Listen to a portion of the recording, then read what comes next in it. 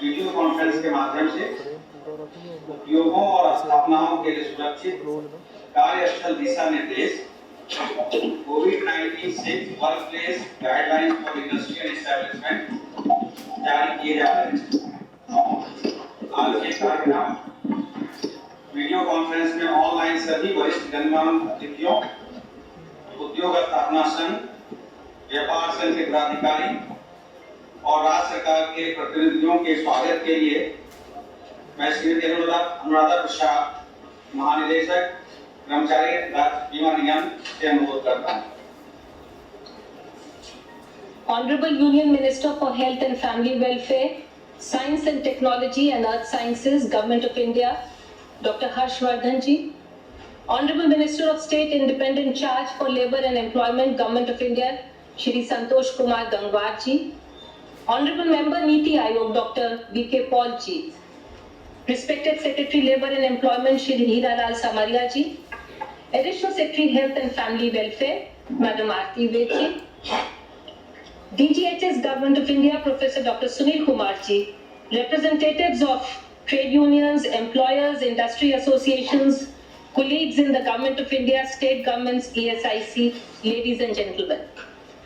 I extend a very warm welcome on the occasion of electronic release of COVID-19 safe workplace guidelines for the industry. These guidelines have been prepared by the Employees State Insurance Corporation, ESIC, and we are honored that the Honorable Union Health Minister, despite his very busy schedule, has consented to release the guidelines. Sir, you are the foremost corona warrior of the country, and we are highly inspired to have you among our midst today. We are also honored that our captain, Honorable Labour and Employment Minister and Chairman ESIC, who has been very busy with the labour codes passed by the Parliament in the recently concluded monsoon session, has given time for the release function today. Sir, you have always encouraged and guided us to work for the welfare of the labour force in the country, and under your leadership, ESIC has strengthened its position as a premier social security organization. It is also our great privilege that we have in our midst Dr. V.K. Paul ji, Honorable Member Niti Aayog. Dr. Paul gave the direction and the inspiration to ESIC to prepare the guidelines for COVID safe workplace as the country progressively unlocks and the workers return to work in various sectors. Ever since COVID-19 pandemic broke out in the country in March 2020, ESIC has been in the forefront of the fight against it. ESIC has supported workers to ensure that they are able to access medical services, both COVID and non-COVID treatment, in a seamless and cashless manner, and that they can get their cash benefits in a timely manner as per their entitlement. At the same time, immediate relief was given to the employers by deferment of payment of contribution. Also, ESIC has supported the state governments by converting many of our hospitals across the country into dedicated COVID hospitals for treatment of our insured persons and also members of the general public. Many of the state-run ESI hospitals are also functioning as dedicated COVID hospitals. ESIC hospitals attached with the medical colleges in Hyderabad and Faridabad started RT-PCR-based COVID-19 testing in April itself and convalescent plasma therapy in May 2020. COVID testing, both RT-PCR and rapid antigen testing, are now being done by many ESIC hospitals. I take this occasion to express my sincere gratitude to Secretary Labour and Employment, Shri Heera Lal Samaria ji, and our Minister, Labour and Employment, Shri Santosh Kumar Gangwar ji, for their full support and guidance to ESIC in taking all these measures. Since ESIC touches both employers and workers, we took upon the task to prepare the COVID-19 safe workplace guidelines. These guidelines have been prepared keeping in view both the employees and the employers. They consolidate in one place and in very simple pictorial terms the precautions to be followed for COVID-safe behavior and actions by both employees and employer to keep the workplace safe. Safe behavior at the workplace ensures that when the worker goes home at the end of the day, his family also stays safe. The guidelines will be useful for establishments covered under ESIC as well as those that are outside the ambit of ESIC. The guidelines will help in identifying risk levels of COVID-19 at the workplace and the measures to be taken to mitigate such risks. These have been prepared by an in-house team of ESIC medical specialists and have been vetted by DGHS in the Ministry of Health and Family Welfare. We are indeed thankful to DGHS for their valuable support and suggestions. The guidelines will be available in all major regional languages on our website and will be disseminated through the ESIC offices and institutions across the country. To conclude, I thank the dignitaries and all present today for their support in this crucial task. Thank you. Thank you. अब मैं श्रीमती आरती Ahuja, additional secretary स्वास्थ्य एवं परिवार कल्याण मंत्रालय से अनुरोध करता हूँ कि वे आज ये कार्यक्रम के अपने विचार व्यक्त करें। Namaskar sir, I'm extremely sorry sir. There is some problem with the connectivity. I missed. I'm not able to hear properly. But now we can hear you. आरती, आप हमें सुन सकती हैं? मुझे आपकी आवाज क्लियर नहीं आ रही. अच्छा, okay, so we move ahead then. Aarti, we can see you, but हम आपको देख सकते हैं और सुन भी सकते हैं very clearly. मुझे इसीलिए earphones भी लगाए, but I am not able to hear. मतलब बहुत ही patchy आवाज आ रही है. कोई बात नहीं आरती, कोई बात नहीं. So we are very grateful for your presence and now we move ahead. Thank you so much. Thank you. Moving on, अब मैं श्री हिला समरिया सचिव परिश्रम संस्थान योजना मंत्री भारत सरकार के निधन के लिए आमंत्रित करता हूं। Thank you, sir. Honorable Union Minister for Health and Family Welfare, Dr. Harshvardhan ji, Honorable Minister for Labour and Employment, Shri Santosh Kumar Gangwar ji, Dr.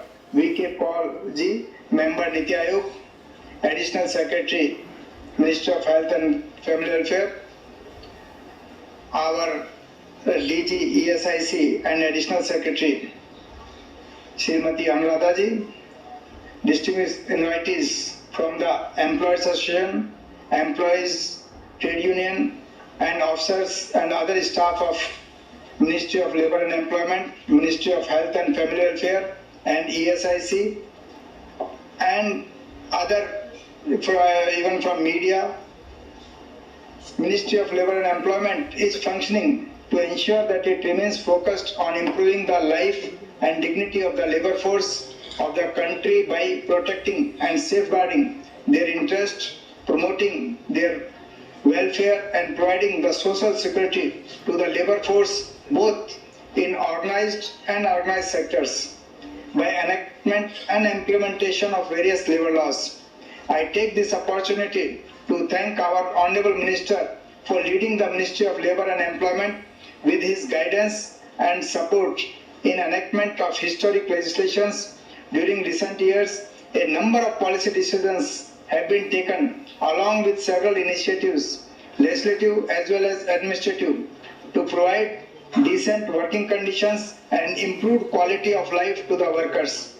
The Parliament in just concluded session has passed 3 historic labour codes: Industrialization Code 2020, Code on Occupational Safety, Health and Working Conditions 2020, and Social Security Code 2020. Earlier, the Wage Code was passed in the year 2019. All these 4 labour codes have been amalgamated 44 labour laws with ensuring the minimum wage to all the workers, enhanced social security for all workers, organized workers and as well as the unorganized workers, and at the same time ease of doing business for the industries. As we all are aware, the ESIC provides the range of cash and medical benefits, which includes the sickness benefit, disablement benefit, dependent benefit, maternity benefit, etc. A total of about 13 crore families beneficiaries are getting benefits under the ESIC scheme, which covers 566 districts and we are intending to extend it to all 740 districts. So we'll be providing, we can say, the social security and ESIC coverage to all the workforce, that is almost 50 crore laborers will be providing. To bring more workers under the protection of the ESIC scheme, the ESIC has taken several steps. This includes the reduction of the contribution. Earlier it was 6.5% of the wages, now it has been reduced to 4% of the wages.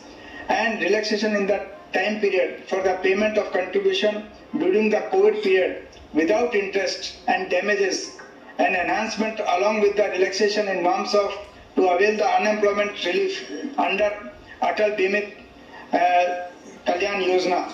So now an unemployed person, if he is a IP, he will get 50% of the wages for the next 3 months. So that when he is under the unemployment, he can sustain.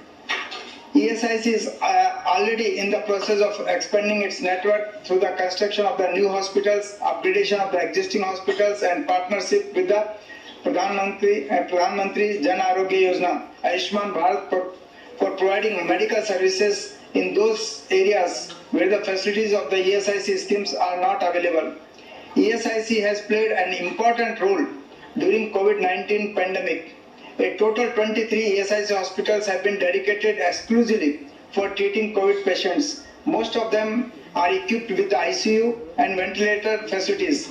I take this opportunity to extend my heartfelt thanks to all the doctors, paramedicals, and other staff of ESIC who have been frontline warriors in the war against the COVID-19. The works being done by the ESIC hospital and medical colleges are quite commendable during COVID-19 period. When the entire country was reeling under the extreme shortage of medical infrastructure and doctors, paramedicals, the resources of the ESIC, which are spread all over the India, were put to serve not only the insured persons but to the general public also. I am sure that the guidelines released today will help the industry establishments to plan a system which will prevent the spread of the COVID-19 and will help them to make a modification in process at workplaces to maintain the continuity in their business activities. I once again thank the Honorable Union Minister for Health and Family Welfare, Honorable Union Minister for Labour and Employment, and Dr. V.K. Paul, Member of Niti Aayog, for gracing this occasion. I thank one and all. Thank you. Doctor Harshvardhan, माननीय स्वास्थ्य एवं परिवार कल्याण, माननीय मंत्री स्वास्थ्य एवं परिवार कल्याण, विज्ञान एवं प्रौद्योगिकी और पृथ्वी विज्ञान मंत्रालय भारत सरकार, और श्री संतोष कुमार गंगवार, माननीय राज्य मंत्री स्वतंत्र प्रभार एवं रोजगार मंत्रालय भारत सरकार को कोविड-19 के खिलाफ जारी लड़ाई एवं कोविड-19 safe workplace guidelines for industrial establishment के लिए उद्योगों और स्थापनाओं के सुरक्षित कार्यस्थल से संबंधित दिशा निर्देश जारी करने के लिए अनुरोध करता हूं, आमंत्रित करता हूं। इस पुस्तक में दिए गए दिशा निर्देशों और अन्य जानकारियों पर भी एक लघु ऑडियो वीडियो स्ट्रीम भी इसके बाद आपके सामने प्रस्तुत होगी। नोवेल कोरोना महामारी से आज पूरा विश्व जूझ रहा है। इसका व्यापक प्रभाव भारत जैसे विशाल और श्रम प्रधान देश पर भी पड़ा है। माननीय प्रधानमंत्री श्री नरेंद्र मोदी के नेतृत्व में देश की सरकार पूरी तरह सजग और सक्रिय है और दृढ़ता के साथ लड़कर इस महामारी को परास्त करने की दिशा में अग्रसर है। देश की सबसे बड़ी संपत्ति यानी इसके श्रम धन को इस महामारी से सुरक्षित रखने के लिए श्रम एवं रोजगार मंत्रालय के तत्वावधान में ESIC ने एक विस्तृत दिशा निर्देश तैयार किया है। आशा है कि पूरे देश में उद्योग एवं प्रतिष्ठानों से जुड़े सभी लोग इसका लाभ उठाएंगे और इससे कोरोना महामारी के प्रसार और रोकथाम में मदद मिलेगी। आज डॉक्टर हर्षवर्धन, माननीय स्वास्थ्य एवं परिवार कल्याण, विज्ञान एवं प्रौद्योगिकी एवं पृथ्वी विज्ञान मंत्री भारत सरकार और श्री संतोष कुमार गंगवार, माननीय श्रम एवं रोजगार मंत्री, स्वतंत्र प्रभार भारत सरकार संयुक्त रूप से उद्योगों एवं प्रतिष्ठानों के लिए कोविड-19 से बचाव के दिशा निर्देशों को पूरे देश के नियोक्ताओं एवं कामगारों को समर्पित कर रहे हैं।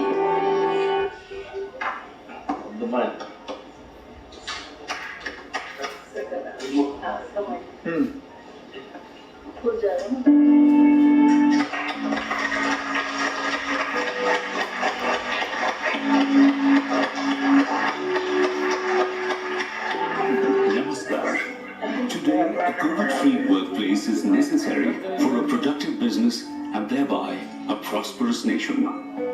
This is a small contribution of ESI Corporation towards that goal.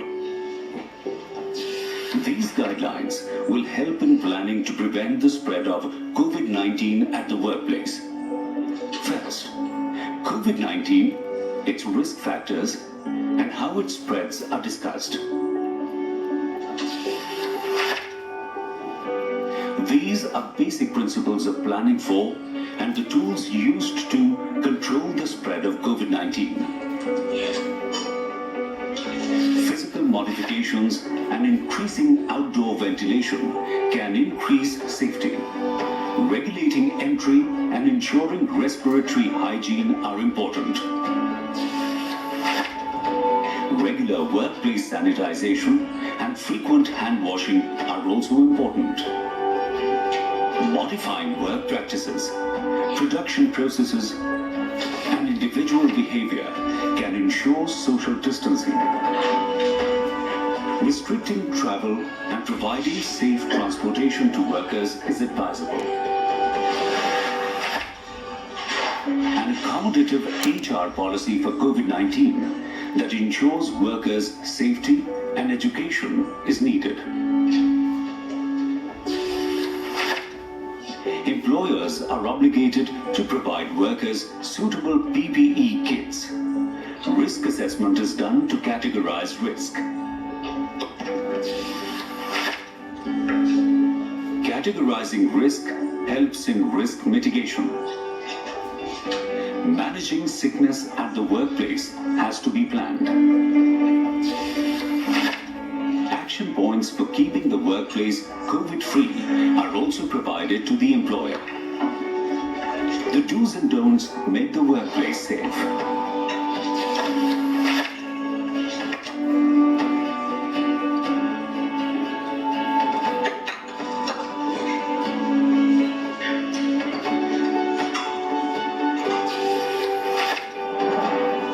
A single person who gets the disease from the community and spreads it to others in the workplace will not only disrupt business, but also the families of those affected.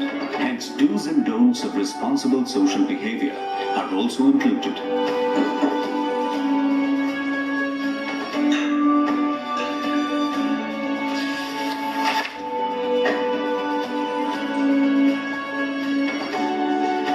Lastly, a contingency plan to tackle absenteeism completes the guidelines.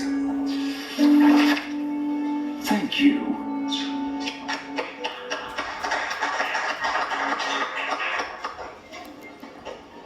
अब समय है हमारे विशिष्ट अतिथियों के संबोधन का। अब संबोधन के लिए मैं आमंत्रित करना चाहूंगा डॉक्टर वीके पाल, माननीय सदस्य नीति आयोग को। अब मैं संबोधन के लिए आमंत्रित करना चाहूंगा श्री संतोष कुमार गंगवार, माननीय राज्य मंत्री स्वतंत्र प्रभार जन रोजगार मंत्रालय भारत सरकार। अपने संबोधन से हमारा मार्गदर्शन और उत्साहवर्धन करें। चालू होगा। धन्यवाद। आज ESI से कि कोविड-19 safe workplace guideline for industry booklet के रिलीज के अवसर पर उपस्थित आदरणीय डॉक्टर हर्षवर्धन जी, माननीय स्वास्थ्य एवं परिवार कल्याण मंत्री भारत सरकार, डॉक्टर वीके पाल जी, सदस्य नीति आयोग, हमारे सचिव श्री हीरालाल सांवरिया जी, श्रीमती अनुराधा प्रसाद जी, महानिदेशक कर्मचारी राज्य बीमा निगम, उपस्थित अधिकारीगण, मीडिया एवं प्रेस के मित्रों तथा उपस्थित भाइयों और बहनों, आप सभी को मेरी ओर से हार्दिक शुभकामनाएं। सर्वप्रथम इस अवसर पर मैं केंद्रीय स्वास्थ्य एवं परिवार कल्याण मंत्री डॉक्टर हर्षवर्धन जी का हमारे इस कार्यक्रम में सम्मिलित होने पर आभार व्यक्त करना चाहूंगा। आपकी उपस्थिति ईएसआईसी में कार्य कर रहे सभी अधिकारियों एवं कर्मचारियों का उत्साहवर्धन करेगी। कर्मचारी राज्य बीमा निगम अपनी स्थापना से अब तक निरंतर भारत में अपने बीमित व्यक्तियों को सामाजिक सुरक्षा एवं स्वास्थ्य सुविधाएं प्रदान करने का कार्य कर रहा है।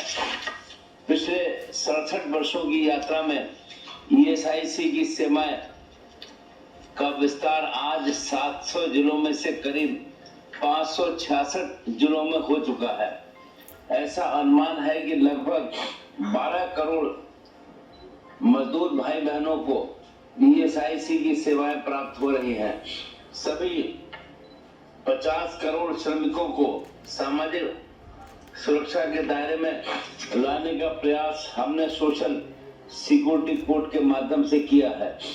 जैसा कि आप सभी को ज्ञात है कि हाल ही में चारों लेबर कोड संसद के द्वारा पारित किए गए हैं।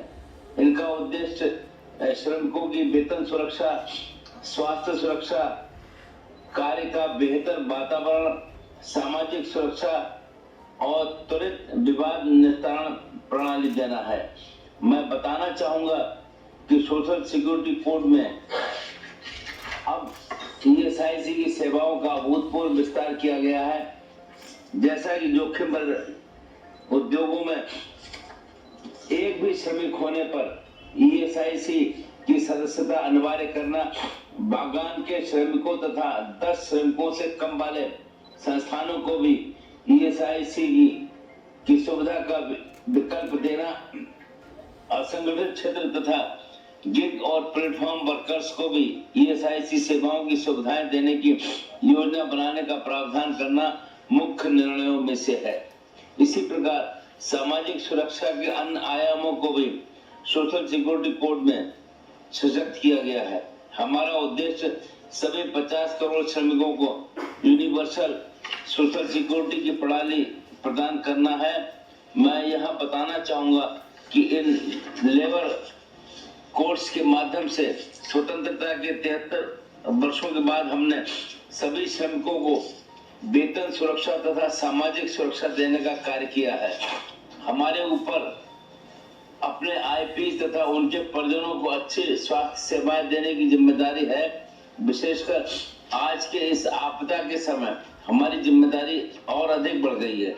ईएसआईसी के रूप में हमारे पास ये साधन है कि हम अपने आईपी के साथ साथ और आम जनता के स्वास्थ्य की भी चिंता कर रहे हैं। इस कार्य में ईएसआईसी के अस्पतालों का उपयोग कोविड-19 के इलाज के लिए कई राज्य सरकारों के द्वारा किया जा रहा है। आज पूरे विश्व में हमारा देश कोविड महामारी से जिस प्रकार से जूझ रहा है वो पूरा विश्व मान रहा है और भारत की 130 करोड़ जनता भी माननीय प्रधानमंत्री श्री नरेंद्र मोदी जी के नेतृत्व में चुनौती का सामना सशक्त रूप से कर रही है। देश के लोगों को बेहतर स्वास्थ्य सुविधाएं मिले, इसके लिए डॉक्टर हर्षवर्धन जी के नेतृत्व में स्वास्थ्य एवं परिवार कल्याण मंत्रालय निरंतर प्रयासरत है। ये माननीय हर्षवर्धन जी के सफल नेतृत्व का ही परिचय है कि भारत में आज कोविड-19 महामारी से ठीक होने वालों की संख्या संक्रमित लोगों से अधिक है। इस संबंध में मैं ये गर्व से कह सकता हूँ कि कर्मचारी राज्य बीमा निगम भी अपनी अस्पतालों के माध्यम से इस संकट काल में न केवल आईपीएस को बल्कि देश के अन्य नागरिकों को भी उत्तम स्वास्थ्य सेवाएं प्रदान करने की अपनी महत्वपूर्ण भूमिका निभा रहा है। मित्रों, आज देश में 23 ईएसआईसी अस्पतालों को कोविड-19 अस्पताल घोषित किया गया है। इसमें लगभग 2600 आइसोलेशन बेड्स, लगभग 550 से अधिक आईसीयू बेड्स तथा 200 से अधिक वेंटिलेटर्स हैं। ईएसआईसी के मुख्यतः 4 अस्पताल, जिनमें राजस्थान में अलवर, बिहार में बिहटा, छत्तीसगढ़ में कोरबा तथा कर्नाटक में गुलबर्गा में 1300 बेड्स से भी अधिक क्वारंटीन बेड्स की सुविधा उपलब्ध है। कोविड-19 महामारी से लड़ने में बेहतर टेस्टिंग सुविधाएं अधिक महत्वपूर्ण है। इस तथ्य को ध्यान में रखते हुए हरियाणा में फरीदाबाद, हैदराबाद में सनतनगर, कर्नाटक में गुलबर्गा और दिल्ली में बसई दारापुर में ईएसआईसी अस्पतालों में आईसीएमआर द्वारा स्वीकृत कोविड-19 की टेस्ट सुविधाएं भी उपलब्ध कराई गई हैं। साथ ही कोविड-19 के गंभीर मरीजों की जीवन रक्षा के लिए ईएसआईसी फरीदाबाद तथा सनतनगर हैदराबाद में प्लाज्मा थेरेपी की सुविधाएं भी दी जा रही हैं। मित्रों, ये आवश्यक है कि कोविड-19 के बदलते हुए परिप्रेक्ष्य में जो नया नॉर्मल अब बन गया है, उसके लिए हम अपने आप को मानसिक रूप से तैयार करें तथा जहां तक संभव हो कोविड से जुड़े प्रोटोकॉल्स का पालन करें तथा अधिक से अधिक जागरूकता फैलाकर अपने आसपास भी सुनिश्चित करें कि इन सभी न्यू नॉर्मल का पालन हो रहा है। मित्रों, न्यू नॉर्मल पर और अधिक जागरूकता लाने के उद्देश्य से हम आज उद्योगों में और कार्यस्थलों पर कोविड-19 से बचाव के लिए वर्क प्रोटोकॉल बुकलेट जारी कर रहे हैं। यहाँ मैं विशेष रूप से डॉक्टर बीके पाल जी का इस बुकलेट में इतना विस्तृत एवं उपयोगी बनाने के लिए महत्वपूर्ण योगदान देने के लिए बहुत बहुत धन्यवाद देना चाहूंगा। मुझे पूरा विश्वास है कि इस प्रोटोकॉल बुकलेट के माध्यम से व्यवसायों को अपने कार्यस्थल पर कोविड-19 के फैलाव को रोकने के लिए एक सशक्त योजना बनाने में सहायता मिलेगी। मैं आशा करता हूं कि आज कोविड-19 के परिप्रेक्ष्य में जारी की जा रही वर्क प्रोटोकॉल दिशा निर्देशों का हर उद्योग एवं कर्मचारी द्वारा पालन किया जाएगा तथा इसके पालन से सभी अपने आसपास एक सुरक्षित एवं स्वस्थ कार्यस्थल सुनिश्चित कर पाएंगे।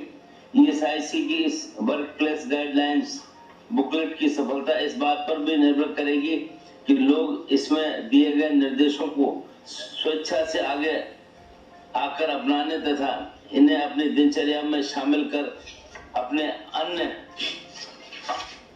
परिस्थितियों एवं साथियों को इसके साथ अवगत कराएंगे। ऐसा करके आप एक जिम्मेदार नागरिक का दायित्व पूरा करेंगे तथा साथ ही अप्रत्यक्ष रूप से देश को इस संकट से निकलने में एक महत्वपूर्ण भूमिका निभाएंगे। ऐसा करके हम अपने कोविड वॉरियर्स को भी सहायता कर सकते हैं तथा महामारी की रोकथाम में अपना योगदान दे सकते हैं। इन शब्दों के साथ मैं इस ईएसआईसी को कोविड-19 safe work place guideline for industry booklet के रिलीज की बधाई देता हूं और आशा करता हूं कि आप आगे भी इसी तरह से पूरी तन्मयता से देश हित के काम में करते रहेंगे। इसके साथ साथ मैं माननीय केंद्रीय स्वास्थ्य एवं कल्याण मंत्री डॉक्टर हर्षवर्धन जी का हृदय से धन्यवाद दूंगा, जिन्होंने इस अवसर में उपस्थित रहकर हम सबका मनोबल बढ़ाया है। आप सबका बहुत बहुत धन्यवाद। जय हिंद, जय Bharat.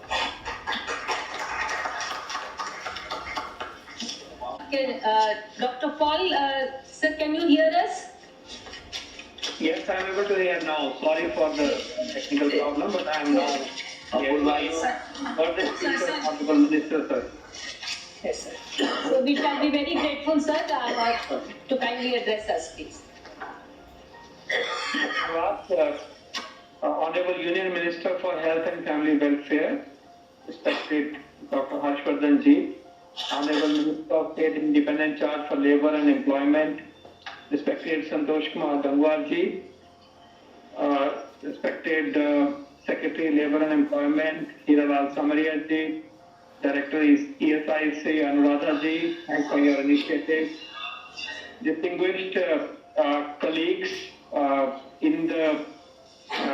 the video conference, leaders of industry, trade unions and friends.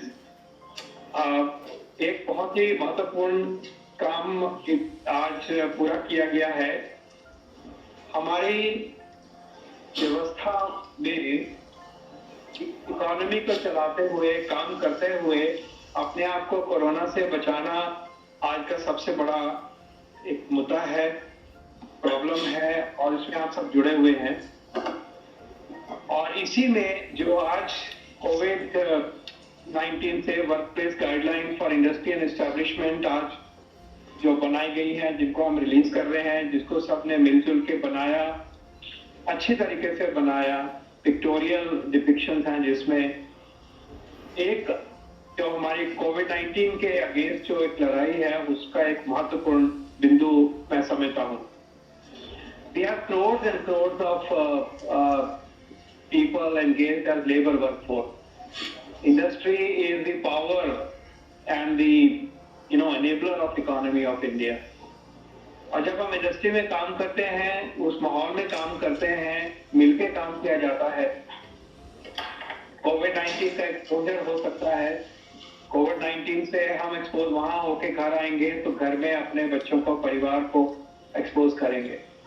तो इन सब मुद्दों को जन जन तक पहुंचाना, हर लेबर वर्कफोर्स तक पहुंचाना, इंडस्ट्री को पहुंचाना, यही पर्पस मैं समझता हूँ इस गाइडलाइन का है। मुझे खुशी है कि इसकी जब चर्चा मैंने अनुराधा जी से करी और जैसा फीडबैक मुझे फरीदाबाद और इंडस्ट्रियल बेल्ट से मिला और कैरो से मिला, सूरत से मिला, हमें लगा कि एक ऐसी गाइडलाइन क्लियर कट होनी चाहिए जिसमें बहुत क्लियर मैसेजेस हों। मुझे individually as labour workforce, labourer क्या करना है और जो एम्प्लॉयर्स हैं, एस्टैब्लिशमेंट को चलाते हैं, उनकी क्या जिम्मेवारी, ये इसमें दर्शाने की कोशिश की गई है और एक बहुत अच्छा प्रोडक्ट सामने आया है। मैं बधाई देता हूँ ESIC की टीम को और DGHS की टीम को जिन्होंने मिलकर एक बहुत टाइमली एक इनिशिएटिव लिया है। I like to make two suggestions to take it forward. Firstly, as you have said, I believe you are already translating this into different languages. That should happen. But we should also create materials based on these guidelines, which are short films or presentations or posters or pamphlets and so on and so forth. क्योंकि सिर्फ किताब को पढ़ना एक चीज होती है, इसके जो की मैसेजेस हैं उनको उभार के हम डिफरेंट मीडियम के साथ जोड़ेंगे तो ये आगे बढ़ेगी।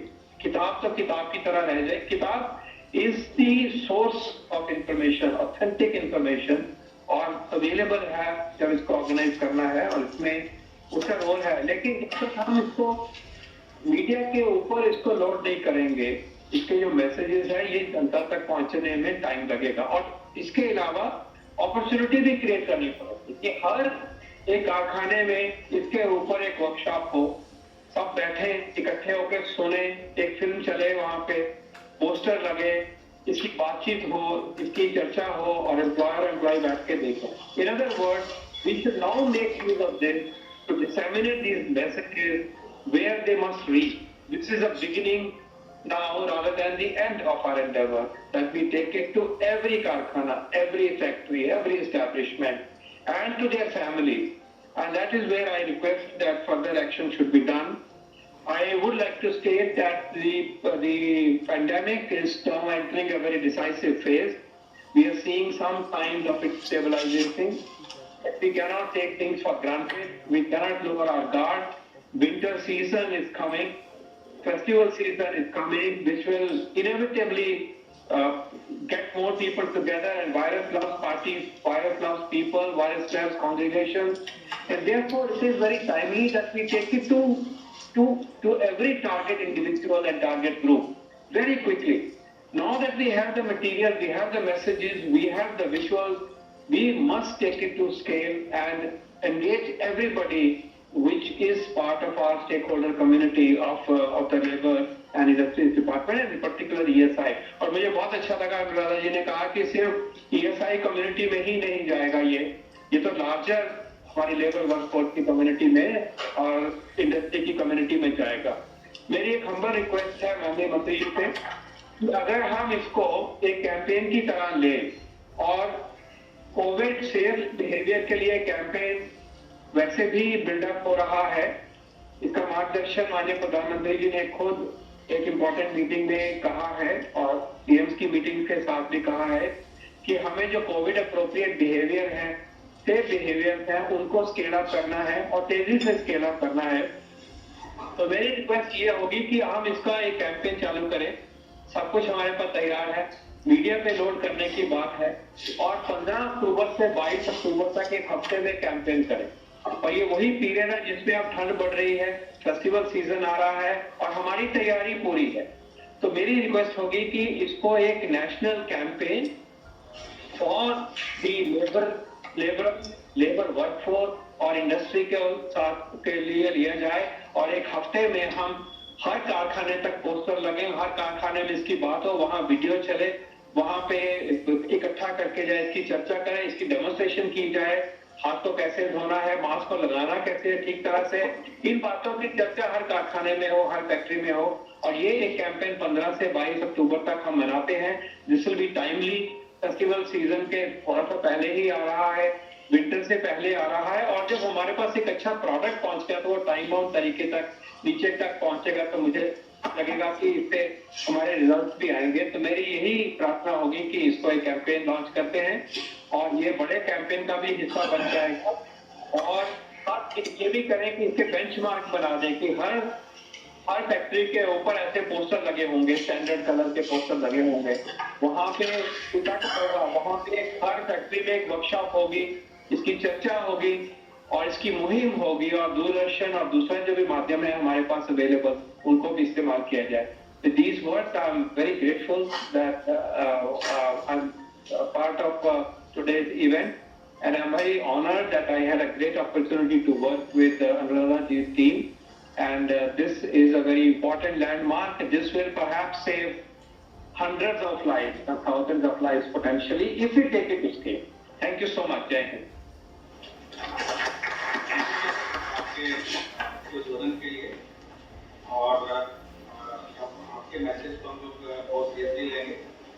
अब मैं संबोधन के लिए आमंत्रित करना चाहूँगा हमारे आज के मुख्य अतिथि डॉक्टर हर्षवर्धन, माननीय मंत्री स्वास्थ्य और परिवार कल्याण, विज्ञान और प्रौद्योगिकी और कृषि विज्ञान मंत्रालय, भारत सरकार, जिनके कुशल नेतृत्व, मार्गदर्शन एवं कठिन परिश्रम के बदौलत पूरा देश कोविड के विरुद्ध सफलतापूर्वक लड़ाई लड़ रहा है।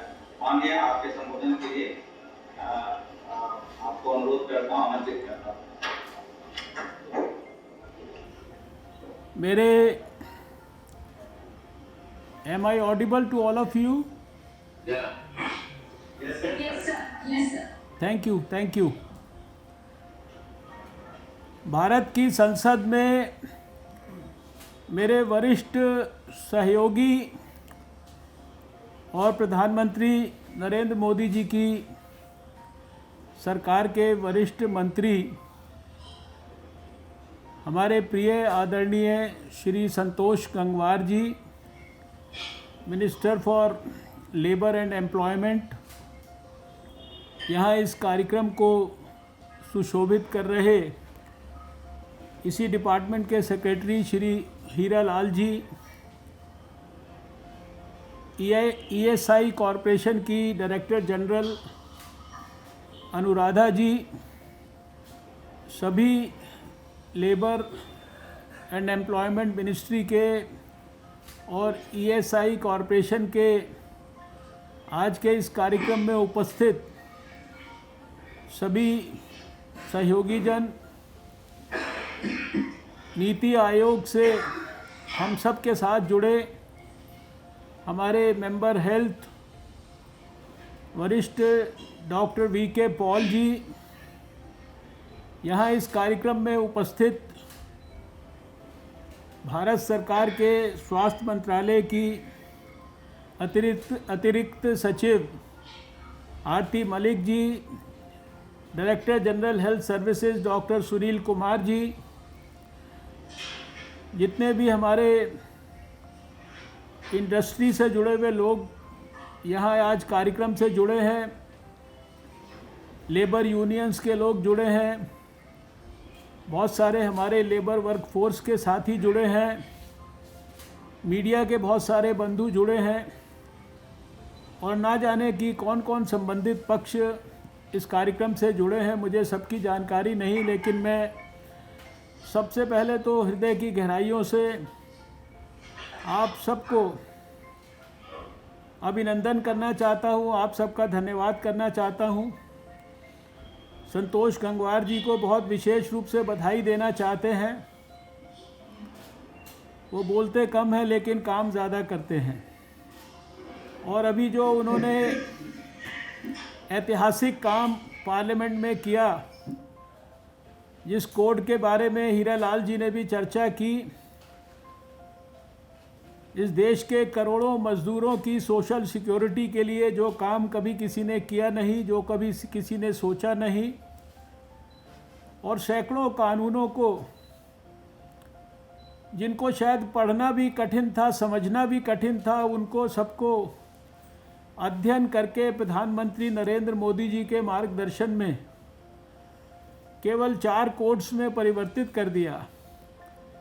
और हमने जब पार्लियामेंट के अंदर चर्चा हुई तो देखा कि चाहे पक्ष था या विपक्ष था, जितने भी सांसद इस सब्जेक्ट पर बोले, सबने संतोष गंगवार जी की और उनके मंत्रालय के अधिकारियों की इस कोड को देश के लिए समर्पित करने के लिए भूरी भूरी प्रशंसा की। प्रधानमंत्री जी का ये विज़न है। हम शुरू से देखते हैं कि उनके मन में गरीबों के लिए, किसानों के लिए, मज़दूरों के लिए विशेष किस्म की एक पीड़ा है, और उनकी जो सारी योजनाएं हैं वो गरीबों के कल्याण के लिए समर्पित हैं।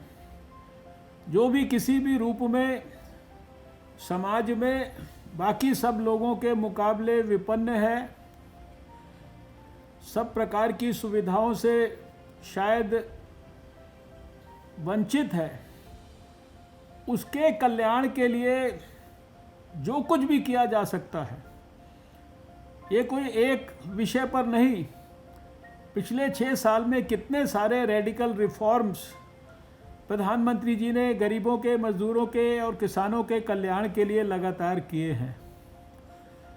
इसलिए आज का ये अवसर सबसे ज़्यादा तो मैं संतोष गंगवार जी को और उनके अधिकारियों को बधाई देने के पर्व के रूप में इसको इस्तेमाल करना चाहता हूँ। दूसरा, इस अवसर पर बधाई देना चाहता हूँ अनुराधा जी की टीम को, उनके सभी डॉक्टरों को, और डॉक्टर वीके पॉल और हमारे डायरेक्टर जनरल हेल्थ सर्विसेज, उनके सभी सहयोगियों को, जिन्होंने मिलजुल कर इस अत्यंत गंभीर और संवेदनशील विषय पर भी गाइडलाइंस को निर्धारित किया है, गाइडलाइंस को बनाया है और उनको सुलभ ढंग से देश के करोड़ों मजदूरों के लिए इंडस्ट्री के माध्यम से उपलब्ध कराने की एक सुलभ और सहज योजना भी प्रस्तुत की है। ये अपने आप में ऐसा नहीं कि ये पहली कोई गाइडलाइन बनी है। 8 जनवरी को जब पहली हमारे यहाँ पर ग्रुप ऑफ एक्सपर्ट्स की मीटिंग हुई थी, 24 से 48 घंटे के अंदर जब इस वायरस के बारे में चाइना के द्वारा वर्ल्ड हेल्थ ऑर्गेनाइजेशन को सूचित किया गया था, तो भारत सरकार में हमारे एक्सपर्ट्स ने सारे देश के लिए सभी संबंधित गाइडलाइंस, हेल्थ एडवाइजरीज, सारी स्ट्रैटेजी, सारा एक्शन प्लान बनाकर 8 जनवरी से शुरुआत करके और 17 जनवरी तक सारे देश की सब सरकारों को जो है सब प्रकार से पहुंचा दिया था, और सारा देश इस कोविड के खिलाफ जंग के अंदर तैयार हो गया था। और लगातार इस 9 महीने की यात्रा को हम सब लोग मिलकर लड़ रहे हैं, और क्योंकि सारी सरकार लड़ रही है, सरकार के सभी विभाग लड़ रहे हैं, सभी मंत्री लड़ रहे हैं, सभी विभागों के सभी अधिकारी लड़ रहे हैं, पूरा समाज लड़ रहा है, उसी का ये परिणाम है कि 135 करोड़ के देश में आज चाहे केसेस पर मिलियन हो, चाहे वो डेथ्स पर मिलियन हो, चाहे वो टेस्ट पर मिलियन हो, हर पैरामीटर पर हम दुनिया के बड़े से बड़े विकसित देश से भी बहुत ज़्यादा बेहतर हैं। और यह संभव इसलिए हो पाया है कि सबने मिलकर प्रयास किया। अभी जैसा बताया गया कि ESI ने भी अपने 23 अस्पतालों के अंदर जो है कोविड के लिए उनके मरीज़ों के इलाज के लिए सुविधाएं क्रिएट की, 2600 बेड्स क्रिएट किए, 500 से ज़्यादा ICU के बेड्स क्रिएट किए, 200 से ज़्यादा वेंटिलेटर वाले बेड्स क्रिएट किए। ये अपने आप में ऐतिहासिक है।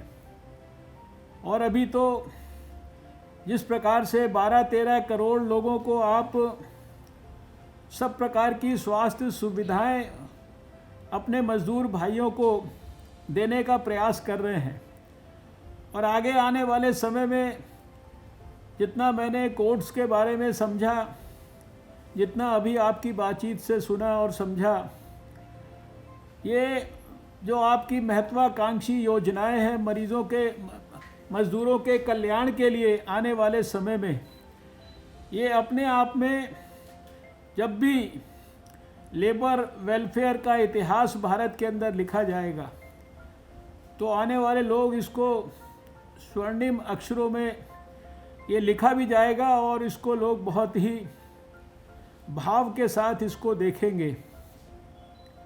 ये कोई साधारण बात नहीं है कि समय के साथ चीज़ें बढ़ती हैं, लेकिन आपने उनका कंट्रीब्यूशन भी कम कर दिया, उनके लिए टाइमलाइन भी बढ़ा दी, टाइमलाइन को इंटरेस्ट फ्री भी कर दिया, उनके स्वास्थ्य से लेकर और सामाजिक सुरक्षा के लिए सब प्रकार की जो योजनाएं हैं वो आपने बना दी। मुझे आज विशेष रूप से इसलिए भी खुशी हो रही है क्योंकि मैंने जब अपना 27 साल पहले राजनीतिक जीवन 1993 में शुरू किया दिल्ली के स्वास्थ्य मंत्री के रूप में, तो उस समय मैंने अध्ययन करके देखा कि हमारे भारत में जो एनवायरमेंटल हेल्थ और ऑक्यूपेशनल हेल्थ इस विषय के ऊपर दुनिया के मुकाबले एक प्रकार से ना के बराबर काम होता है, और शायद भारत एक प्रकार से इस विषय में इन्फेंसी के स्टेज में भी नहीं था। और तब मैंने इंग्लैंड में, अमेरिका में, स्वीडन में, स्विट्ज़रलैंड में कई जगह पर जाकर इस विषय का अध्ययन किया था, और भारत की पहली एनवायरनमेंट और ऑक्यूपेशनल हेल्थ की क्लिनिक दिल्ली के मौलाना आज़ाद मेडिकल कॉलेज में स्थापित की थी। और उसके बाद उस क्लिनिक के माध्यम से देश में पिछले 25 साल में कुछ हज़ार डॉक्टरों को तो निश्चित रूप से इस विषय के लिए ट्रेंड किया गया है। और ये विषय जितनी गंभीरता के साथ हमारी जो मिनिस्ट्री ऑफ लेबर और एम्प्लॉयमेंट है इसने पिछले 6 साल में लिया है, क्योंकि अक्सर कैबिनेट के अंदर जब चर्चा होती है और ऑक्यूपेशनल हेल्थ के बारे में सब लोग बात करते हैं, मरीज़ों की हेल्थ के बारे में बात करते हैं, जो ऑक्यूपेशनल हैज़र्ड्स वो फेस करते हैं उनसे उनकी सुरक्षा करने के बारे में बात होती है। और खाली यही नहीं, आज अगर कोविड है तो कोविड के लिए कोई जनरल जो सारे देश के लिए हम बातचीत कर रहे हैं, सारे देश को समझाने की कोशिश कर रहे हैं, वो चाहे सोशल मीडिया के माध्यम से हो, दूसरे साधनों के माध्यम से हो, टेलीफोन की कॉलर ट्यून के माध्यम से हो, लेकिन उसके साथ साथ जो ये हमारे गरीब मज़दूर भाई हैं इनकी विशेष किस्म की समस्याएं थी। जब लॉकडाउन हुआ तो ये अपने ही स्थानों के ऊपर ये फंस गए और सब कुछ बंद हुआ तो इनकी नौकरियां चली गई, एक प्रकार से इनके लिए काम करने की सुविधा नहीं थी, भोजन की व्यवस्था नहीं थी। और फिर थोड़े समय के बाद जब अनलॉक करने की बात थी तो इनको अपने अपने स्थानों पर वापस जाने का इशू था, और अभी वापस जाकर फिर वापस अपने काम पर लौटने का इशू जीवित हुआ है। इन सब विषयों पर भारत सरकार ने अत्यंत संवेदनशीलता के साथ, आपके मंत्रालय ने भी उसके अंदर बहुत बड़ा योगदान दिया। इतनी बड़ी संख्या में करोड़ों मजदूरों के लिए भोजन की व्यवस्था करके रखना, उनके लिए रहनों की व्यवस्था करके रखना, उनके ट्रांसपोर्टेशन के लिए जिस प्रकार से हमने देखा कि कैसे 64 लाख से ज़्यादा मज़दूरों को श्रमिक एक्सप्रेस ट्रेन्स के माध्यम से, दूसरे माध्यमों से उनके घरों तक पहुंचाया गया। और आज जब हम नॉर्मेलिटी की तरफ बढ़ रहे हैं, जब सब कुछ ठीक प्रकार से कोविड के लिए जो सेफ बिहेवियर है उसको अपनाते हुए, और जो आज हम नियर नॉर्मल, न्यू नॉर्मल, ये जो एक नए शब्दों का प्रयोग कर रहे हैं, ये सारी चीज़ों के अंदर आपके मंत्रालय के द्वारा इस विषय पर भी गंभीरता से ध्यान देना कि खाली जनरल गाइडलाइंस जो सुबह से शाम तक चिल्ला कर चारों तरफ बताई जाती हैं वो पर्याप्त नहीं है। इंडस्ट्री के अंदर विशेष परिस्थिति के अंदर इतने खतरे लेकर, इतनी कठिनाई के साथ, जब कोविड का खतरा हर समय सिर पर मंडराता रहता है, ऐसे में मज़दूर भाइयों के लिए अपना काम करना, वो खाली हमारी अपनी रोज़ी रोटी के लिए काम नहीं करते हैं, वो भारत के निर्माण के लिए काम करते हैं। भारत के निर्माण का कोई भी पक्ष हो, उसकी गहराई में जाएंगे तो उसके अंदर हमारे मज़दूर भाइयों का ही केवल योगदान हमें चारों तरफ नज़र आएगा। इसलिए आज का दिन आप सबके लिए बहुत बधाई का दिन है, क्योंकि आपने उतनी गहराई में जाकर और इस बात का प्रयास किया है कि जो छोटी छोटी टेक्निकल बातें हैं, साइंटिफिक बातें हैं, साइंटिफिक प्रिकॉशंस हैं, प्रिवेंशन के एस्पेक्ट्स हैं, पॉजिटिव एटीट्यूड के एस्पेक्ट्स हैं, ये तो अब तक हम सबको समझ में आ गया है कि कोविड से जो जंग है इसमें अपनी सुरक्षा करना, इसमें कोई बहुत बड़ी रॉकेट साइंस नहीं है, और थोड़े थोड़े सावधानियां बरतने पर भी हम अपने आप को पूरी तरह से सुरक्षित रख सकते हैं। और अगर समाज के सारे लोग मिलकर ये सावधानियां वास्तव में पूरी गंभीरता के साथ अपनाने लगेंगे तो शायद डॉक्टर पॉल भी मुझसे सहमत होंगे कि उसी दिन से वायरस का ट्रांसमिशन जो है वो कट होना शुरू हो जाएगा, और धीरे धीरे हम देखेंगे कि कोविड भी जो है वो दूसरे वायरसेस की तरह इतिहास के अंदर एक अपना उसका नाम होगा, कभी कहीं कहीं एंडेमिक हो जाया करेगा, इससे ज़्यादा उसका कोई वजूद नहीं रह जाएगा। इसलिए आज का ये अवसर बहुत महत्वपूर्ण है। ये जो गाइडलाइंस बनाई गई हैं इनके लिए आप सब ने मिलकर प्रयास किया है, और ख़ासकर जो चीज़ मैं भी चाहता था उसको हाईलाइट किया जाए, लेकिन मुझे खुशी है कि डॉक्टर वीके पॉल ने उसको बहुत अच्छी तरह हाईलाइट किया कि गाइडलाइन केवल किताब के लिए या वेबसाइट के लिए नहीं होती है। गाइडलाइन जो है वो आंदोलन बननी चाहिए, वो हर आदमी की ज़बान पे होनी चाहिए, वो हर आदमी के व्यवहार में होनी चाहिए, और उसको हर आदमी के ज़बान पर लाने के लिए, उसको हर आदमी के व्यवहार में लाने के लिए हम सबको थोड़े से एक्स्ट्रा प्रयास करने पड़ेंगे। तो इसलिए आज का जो ये गाइडलाइंस का रिलीज़ करने का जो ये अवसर है, जिसको हमने कहा है कि safe work place guidelines for industry, ये जो अवसर है, ये हमारा कार्यक्रम आज संपन्न नहीं हुआ है। आज हमारा कार्यक्रम वास्तव में शुरू हुआ है, और देश के करोड़ों मज़दूरों को, देश के करोड़ों जो हमारी हज़ारों लाखों की तादाद में इंडस्ट्रीज़ हैं, उनमें कैसे हम सबकी सुरक्षा करेंगे, इसके लिए किस प्रकार से एक एक मज़दूर भाई को हम ट्रेन करेंगे, किस प्रकार से एक एक इंडस्ट्री के अंदर उसके मालिक को प्रेरित करेंगे कि वो इनको पूरी गंभीरता के साथ पालन करे, उसके लिए वो कोऑपरेट करे। ट्रेड यूनियंस को किस प्रकार से शिक्षित करेंगे।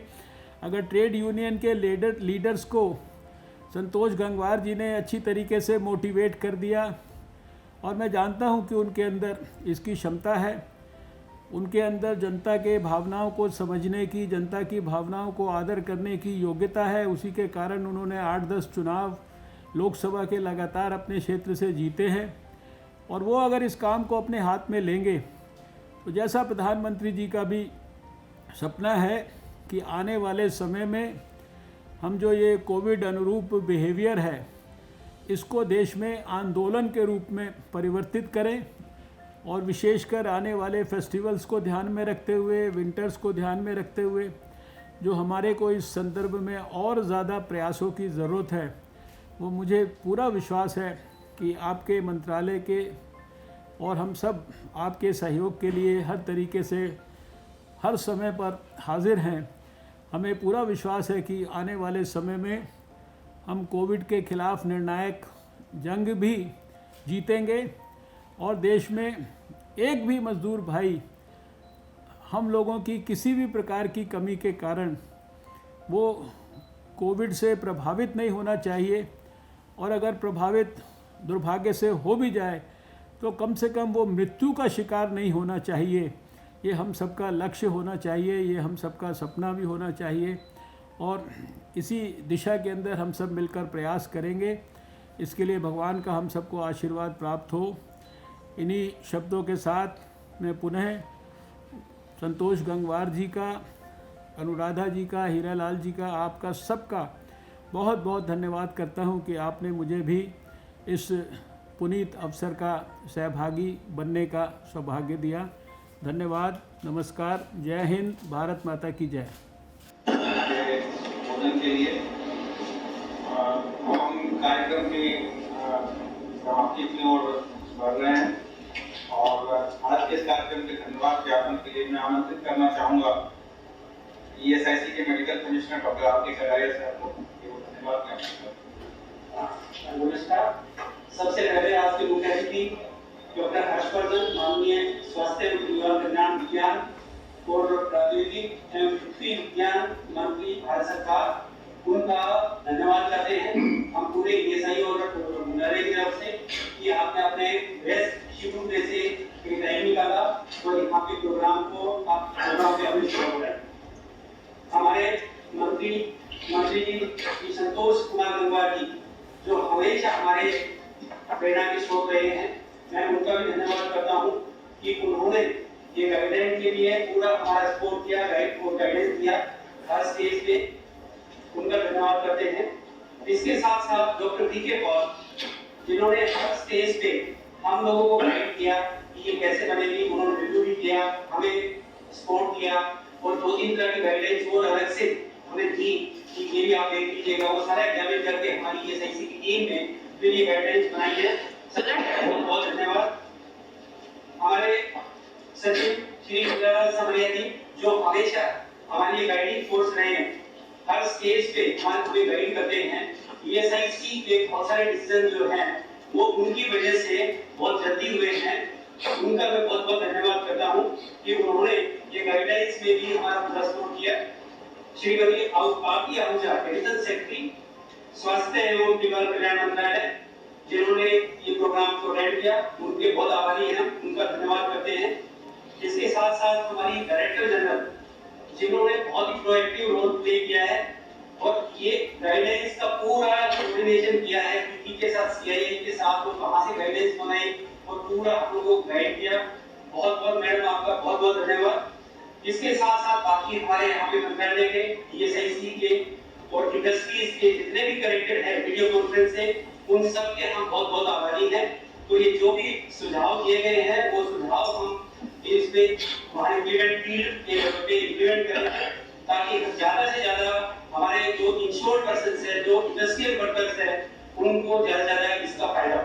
धन्यवाद। देश में जब अनलॉक करने की प्रक्रिया बहुत तेज़ी से आगे बढ़ रही है और समाज के लिए जीने की पद्धति के तौर पर एक न्यू नॉर्मल धीरे धीरे विकसित हो रहा है, ऐसे में प्रधानमंत्री नरेंद्र मोदी जी के नेतृत्व में जो गरीब कल्याणकारी नीतियों के प्रणेता हैं। हम आज जहां विभिन्न प्रकार की गाइडलाइंस के माध्यम से देश को स्वास्थ्य मंत्रालय ने पिछले 9 महीने में गाइडेंस दिया है, आज ministry of labour and employment और भारत सरकार के स्वास्थ्य मंत्रालय ने मिलकर उन करोड़ों मज़दूर भाइयों के लिए जो हमारी लेबर वर्क फोर्स का एक बहुत बड़ा हिस्सा हैं, जो भारत के निर्माण में महत्वपूर्ण योगदान करते हैं, जो कि इंडस्ट्रीज़ में अब वापस आकर काम करने लगे हैं, तो ऐसे में फैक्ट्रीज़ के अंदर, इंडस्ट्रीज़ के अंदर ट्रेड यूनियंस की सहायता से, मज़दूरों की सहायता से, इंडस्ट्री के मालिकों की सहायता से उन गाइडलाइंस को हमने देश के सामने प्रेषित किया है, जिनका इस्तेमाल करके एक कोविड सेफ बिहेवियर, कोविड के अनुकूल, कोविड से बचने के अनुकूल जो बिहेवियर है उसको कैसे हमने फैक्ट्रीज़ के अंदर लागू करना है, सुनिश्चित करना है, और कैसे इस बिहेवियर के संदर्भ में इसको आने वाले समय में आंदोलन के रूप में विकसित करना है। तो वो गाइडलाइंस आज जो है रिलीज़ करने का मुझे अपने सहयोगी लेबर एंड एम्प्लॉयमेंट मिनिस्टर संतोष गंगवार जी के साथ मौका मिला है। मुझे पूरी आशा है कि इन गाइडलाइंस को इंडस्ट्री के लोग और हमारे मज़दूर भाई और हमारी ट्रेड यूनियंस विशेष रूप से गहराई से अध्ययन करके इनको अपने अपने संस्थानों में गंभीरता से पालन करेंगे, ताकि कोविड से हम हमारे मज़दूरों की अच्छी तरीके से रक्षा कर सकें। Sir, today the new guideline by the ministry, both ministries have been issued. Do you think it is going to be a very good effort for the welfare of the laborers? You see, Government of India under the leadership of Prime Minister Narendra Modi has always been very, very committed since its beginning in 2014 for the welfare of the poor, for the welfare of the laborers, for the welfare of the farmers, and all our policies are always directed at their welfare. So in these hard COVID times, you have seen that the government has drafted and publicized and released and shared hundreds of guidelines on every pertinent subject to the people of India, to the governments in India, to all the related NGOs and everyone whosoever may be concerned. But the labor force in the country is a big establishment, it's a big force where it's like millions of laborers who are involved. And now when the country has, from the lockdown, it has started getting into the unlock processes. We already have unlock 1, 2, 3, 4 and industries are opening. The labor is returning back to the industry, they are back to their employment, they are back to ensuring that they are able to take care of their livelihood. It was very important that guidelines for COVID safe behavior to be followed within the industry premises, even within small factories or big industrial establishments. They are framed, they are circulated, they are made a big movement, and they are taught to the industries, to the labor unions, to the laborers and everyone who is related. So it's a great day. Ministry of Labor and Employment under under our leader Santosh Gangwar ji and ESI Corporation, Niti Aayog, the Ministry of Health, they have all jointly drafted these guidelines, and I expect that the related stakeholders will try to convert this into a movement of a sort where the message in these guidelines is actually communicated to each and every laborer in the country, each and every member of the labor workforce in the country. So last week, the recovery rate again has reached a new ground. The mortality rate you spoke also. What is the latest on that? Could you say? You see, latest every day it is better than the last day. So it's not. It's already today. Today I think we are between 83 and 84 in terms of recovery rate, and our fatality rate is also, you see, somewhere between 1.5 and 1.6. So the consistent thing is that from the previous day, the next day's record is better. So it's very satisfying. We ultimately want to bring down the fatality rate to less than 1, and already you know that more than 1 million tests are happening in the country every day. So I'm sure that when the majority of the people who got COVID, they have recovered well, they have gone back home, and the rest of the active cases, they are all on road to recovery. Our fight against COVID should see a significant, I would say, termination towards a successful termination of this fight in the next couple of months. Alright, so the only thing just wanted to check with you regarding the situation right now. Do you feel that by the time this cold is coming, winter is coming, do you feel that one should be more careful? I think it is not about winter or anything else. The fight against COVID is basically, it's not a rocket science, it's a very simple science.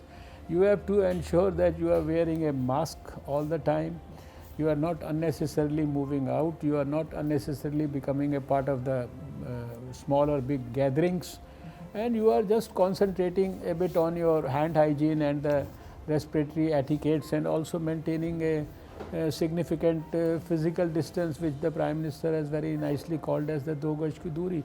So it is relevant for all situations, whether it is summer or winter or it is rainy season. I think it's important all the time for all of us. Appreciate your time, sir. Thank you. Thank you.